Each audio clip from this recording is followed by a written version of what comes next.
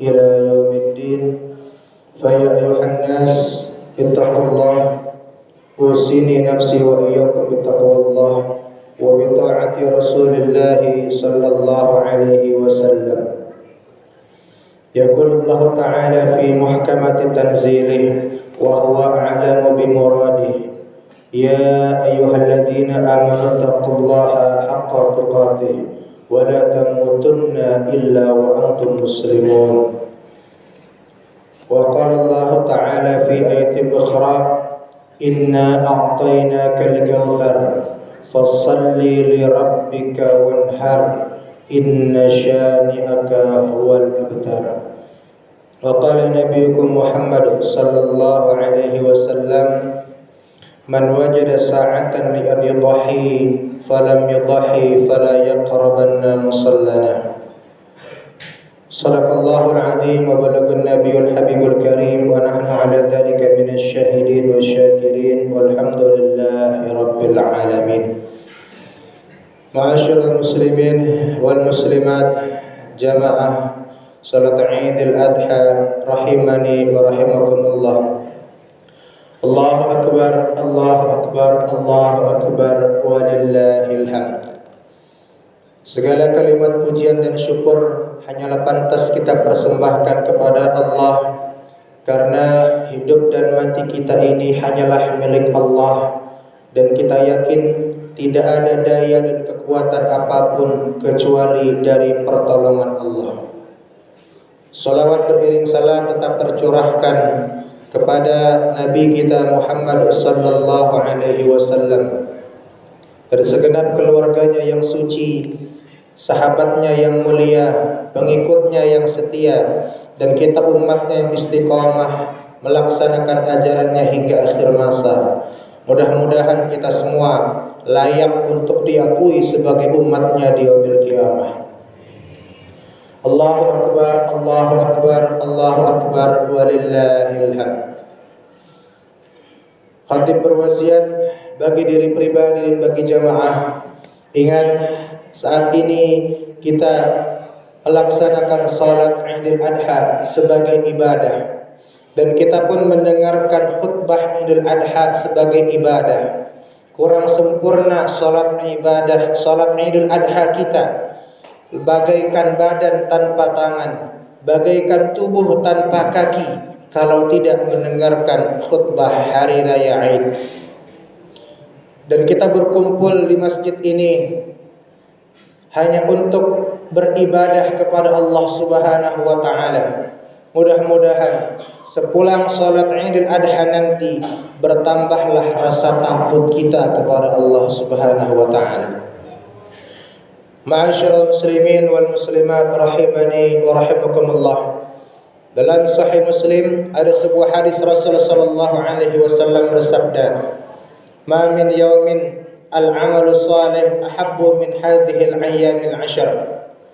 Tidak ada hari yang merupakan hari lebih Allah cinta bagi orang yang melaksanakan amal ibadah di 10 hari pertama bulan Zulhijjah. Wala jihadu fi sabilillah, jihad fi sabilillah pun tidak mampu menandinginya. Illa rajulun kharaja bi nafsihi wa malihi wa lam yarji' bihi syai'an, kecuali orang tersebut berjihad dengan nyawanya, dengan hartanya, dan dia mati syahid di jalan Allah Subhanahu wa taala. Begitu besar pahala orang yang melaksanakan amal ibadah di 10 hari pertama bulan Zulhijjah. Maka ada beberapa ibadah yang utama, yang afdal dikerjakan di 10 hari pertama bulan Zulhijjah. Yang pertama adalah ibadah haji. Ibadah haji ini adalah ibadah yang paling afdal yang dikerjakan di 10 hari pertama bulan Zulhijjah. Allah Subhanahu wa taala berfirman, "Al-hajju ashhurun ma'lumat, faman farada fihinna al-hajja fala rafatha wala fusuqa wala jidala fil hajj." Haji itu dilaksanakan di bulan-bulan yang sudah diketahui, yakni dari bulan Syawal, Dzulqa'dah dan Dzulhijjah. Maka Rasulullah sallallahu alaihi wasallam bersabda, "Man lahu zadan wa rahilatan." Siapa orang yang bekalnya sudah cukup, tunggangannya sudah cukup, hartanya sudah cukup, tablughuhu ila baitillahil haram, untuk menyampaikannya ke Baitillahil Haram, ke kota Mekah Al-Mukarramah, melaksanakan ibadah haji, sudah cukup bekalnya, sudah cukup kendaraannya, aman dan nyaman berangkatnya, walam yahujja, tapi orang tersebut tidak mau pergi haji, falyamut insya'a yahudiyan aw nasraniyan, silahkan pilih mau wafat secara Yahudi atau wafat secara Nasrani. Begitu dahsyat ancaman Rasulullah sallallahu alaihi wasallam bagi orang yang punya cukup bekal tapi enggan melaksanakan ibadah haji. Sebanding dengan begitu dahsyat janji Allah dan Rasulnya bagi mereka yang melaksanakan ibadah haji. Al-hajju mabrur laisa lahul jaza' illal jannah. Orang yang berhaji dengan haji yang mabrur, diterima hajinya, pulang haji dia menjadi orang yang baik, abrar, tidak ada balasan yang setimpal kecuali masuk ke dalam jannahnya Allah Subhanahu wa taala. Allahu akbar, Allahu akbar, Allahu akbar, walillahil hamd. Namun nun jauh di sana ada orang yang salah berfikir. Dia salah dalam pemikirannya. Dengan entengnya fikirannya dituangkan melalui lisannya, melalui tulisannya. Dia katakan melaksanakan ibadah haji menunggu masa tunggunya terlalu lama, hampir 20 tahun atau 25 tahun. Kemudian dia berkata dengan entengnya, maka tidak usah kita pergi haji, lebih baik umroh saja. Tidak usah pergi haji, karena pergi haji masa tunggunya lama. Ma'asyiral muslimin wal muslimat rahimani wa rahimakumullah. Seandainya dia tahu dosa yang didapatkan karena ucapan tersebut, dosa yang amat sangat besar, karena merubah rukun Islam yang kelima. Rukun Islam yang kelima yang tadinya ibadah haji, dia rubah menjadi ibadah umrah. Seandainya dosa tersebut dituangkan ke muka bumi ini, tidak akan pernah sanggup bumi ini untuk menampungnya, karena begitu besar dosanya di sisi Allah Subhanahu wa taala. Pikiran seperti ini adalah pikiran yang salah. Ucapan seperti ini adalah ucapan yang salah. Kenapa memang? Karena tugas kita adalah mendaftar. Tugas kita adalah store. Urusan masa tunggu haji yang lama bukan urusan kita. Jangan pernah urusi hal yang bukan urusan kita. Urusan masa tunggu yang lama bukan wewenang kita. Jangan pernah kita berbicara hal yang bukan wewenang kita. Tugas kita adalah mendaftar. Tugas kita adalah store. Kalau kita punya cukup umur, maka insya Allah akan berangkat haji. Kalaupun tidak, kita sudah mendapatkan niat haji dan akan digantikan oleh anak cucu kita nanti. Allahu akbar, Allahu akbar, Allahu akbar, walillahil hamd. Ibadah yang kedua yang afdal yang dikerjakan di 10 hari pertama bulan Zulhijjah adalah ibadah kurban. Nabi Ibrahim alaihi salam berdoa 80 tahun lamanya, Rabbi habli minas salihin, ingin mendapatkan keturunan yang soleh. Setelah disayang, dibangga-bangga Ismail alaihi salam, datang perintah Allah untuk dikurbankannya. Nabi Ismail alaihissalam dikorbankan oleh Nabi Ibrahim alaihissalam, walaupun akhirnya diganti dengan kibas. Namun Ibrahim disimbolkan sebagai hamba Allah yang tidak pernah takut rugi, hamba Allah yang tidak pernah takut akan janji Tuhannya, hamba Allah yang selalu mengorbankan hal yang paling dia sayang-sayang, hal yang paling dia cinta-cinta. Dalam hal ini adalah anaknya. Demikian pula kita, umat Rasulullah sallallahu alaihi wasallam, diperintahkan untuk mengorbankan hal yang kita sayang, hal yang kita cinta. Apa itu? Berupa tabungan kita, berupa harta kita yang selama ini kita sayang-sayang, yang selama ini kita bangga-bangga. Diperintahkan untuk berkurban. Dalam surah Al-Kautsar Allah Subhanahu wa taala berfirman, "Inna a'tainakal kautsar." Sesungguhnya kami telah memberikanmu nikmat yang banyak.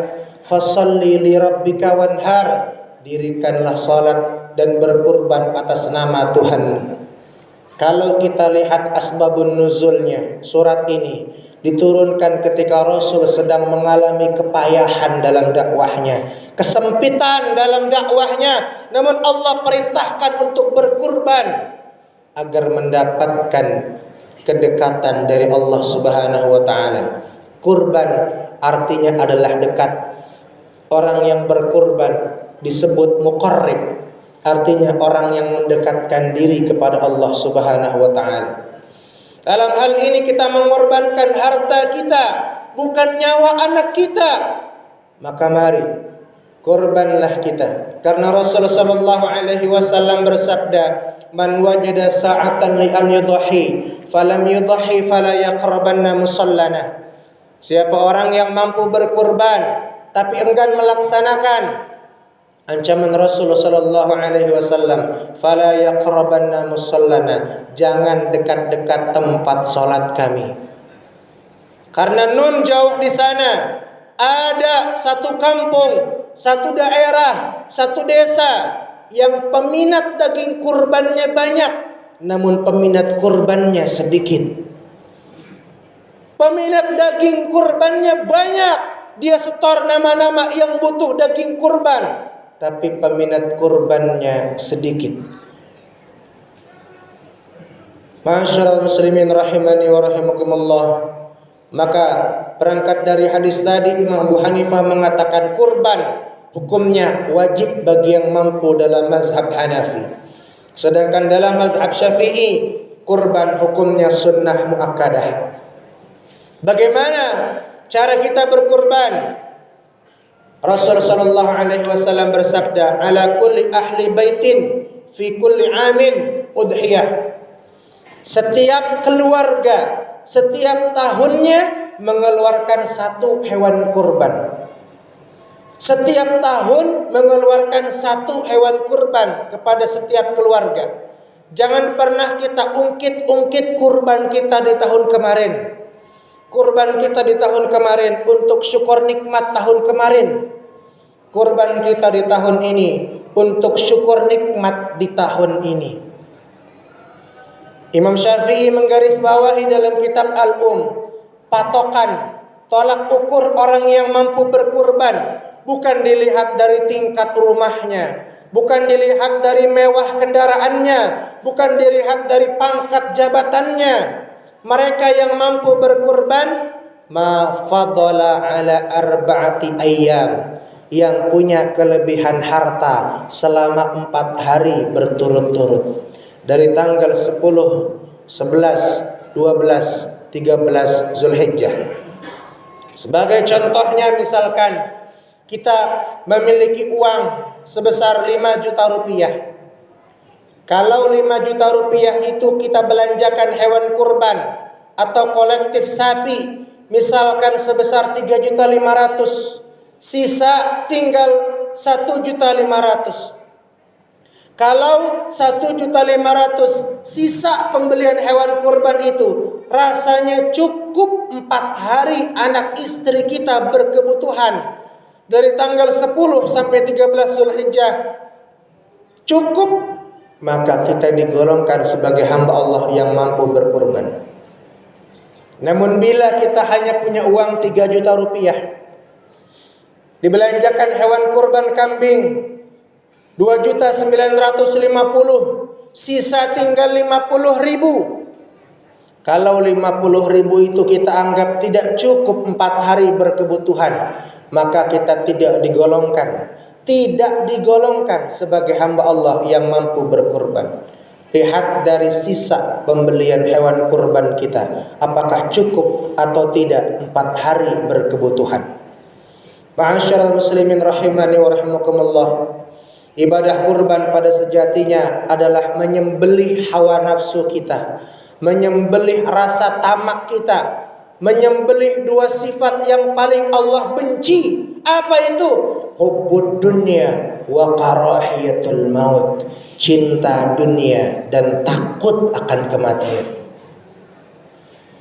Dalam hal ini kita boleh berkurban dengan hewan kurban, apalagi ada wacana, rencana yang insyaallah biidznillah perluasan Masjid Nurul Rahmah. Berkurbanlah kita, harta kita, tanah kita untuk perluasan masjid ini. Apa yang akan kita dapatkan? Bukan hanya luas tanah tersebut yang kita dapatkan, tapi ingat 7 lapis ke bawah akan Allah gantikan di surganya nanti. Man bana masjidan banallahu baitan fil jannah. Siapa orang yang mendirikan sebuah masjid, mewakafkan tanahnya untuk masjid, berjuang, berkurban untuk perluasan masjid, maka Allah akan membangunkan baitan fil jannah, rumah di surganya nanti. Dan tentu rumah di surga yang Allah bangun lebih indah, lebih mewah, lebih berharga, lebih bisa dibanggakan dibandingkan rumah yang hanya ada di dunia. Diberikan balasan yang amat sangat besar dari Allah Subhanahu wa taala. Ingat, ma'asyiral muslimin rahimani wa rahimakumullah, siapa orang yang berkurban berarti dia menjauhkan dua sifat yang sangat Allah benci. Hubbud dunya, cinta dunia. Orang yang berkurban, baik itu hartanya, tanahnya, tabungannya, dia berkurban, berarti orang tersebut tidak digolongkan sebagai hamba Allah yang cinta dunia. Dia memikirkan negeri akhirat. Wal akhiratu khairu wa abqa. Karena negeri akhirat adalah negeri yang lebih utama dan negeri yang lebih kekal. Dunia ini hanyalah sementara. Bila kita sayang-sayang harta kita, sayang-sayang tabungan kita, tidak mau berkurban, maka berarti kita memiliki sifat yang kedua yang Allah benci, karahiyatul maut, takut akan mati. Orang yang berkurban, dia tidak pernah takut rugi. Orang yang berkurban, dia tidak pernah takut mati, karena dia yakin akan ada balasannya oleh Allah Subhanahu wa taala berupa kesuksesan dunia dan kesuksesan akhirat. Ma'asyiral muslimin wal muslimat rahimani wa rahimakumullah. Allahu akbar, Allahu akbar, Allahu akbar walillahil hamd. Dengan demikian, maka ibadah haji dan ibadah kurban menjadi hal yang harus kita lakukan. Jangan sampai kita hanya di hari Idul Adha, di hari Dzulhijjah, ketika musim layangan, musim sepeda, musim batu, dia berkurban hartanya membeli hobinya. Namun ketika Idul Adha, tidak pernah dia keluarkan hartanya, dan dia hanya menunggu pemberian orang, dan dia tidak mau berkurban di jalan Allah Subhanahu wa taala. Allahu akbar, Allahu akbar, Allahu akbar walillahil hamd. Dua hal ini setelah puasa Arafah yang kemarin kita laksanakan menjadi pengampun dosa, yukaffirus sanatal madiyah wal baqiyah, diampuni dosa kita setahun yang lalu, setahun yang akan datang. Dan dengan ibadah haji yang kita tanamkan untuk berangkat ke Baitullah, juga ibadah kurban, mudah-mudahan Allah memberikan taufik dan hidayah, kekuatan, kesabaran untuk selalu beribadah kepada Allah Subhanahu wa taala. Wa tazawwadu fa inna khairaz zadi taqwa. Berbekalah kalian, sungguh sebaik-baiknya bekal adalah takwa. Barakallahu li wa lakum fil Qur'anil azim wa nafa'ni wa lakum bima fihi min al-ayati wa dzikril hakim. Wa taqabbalallahu minni wa minkum tilawatahu innahu was-sami'ul 'alim. Wa qur rabbighfir warham wa anta khairur rahimin.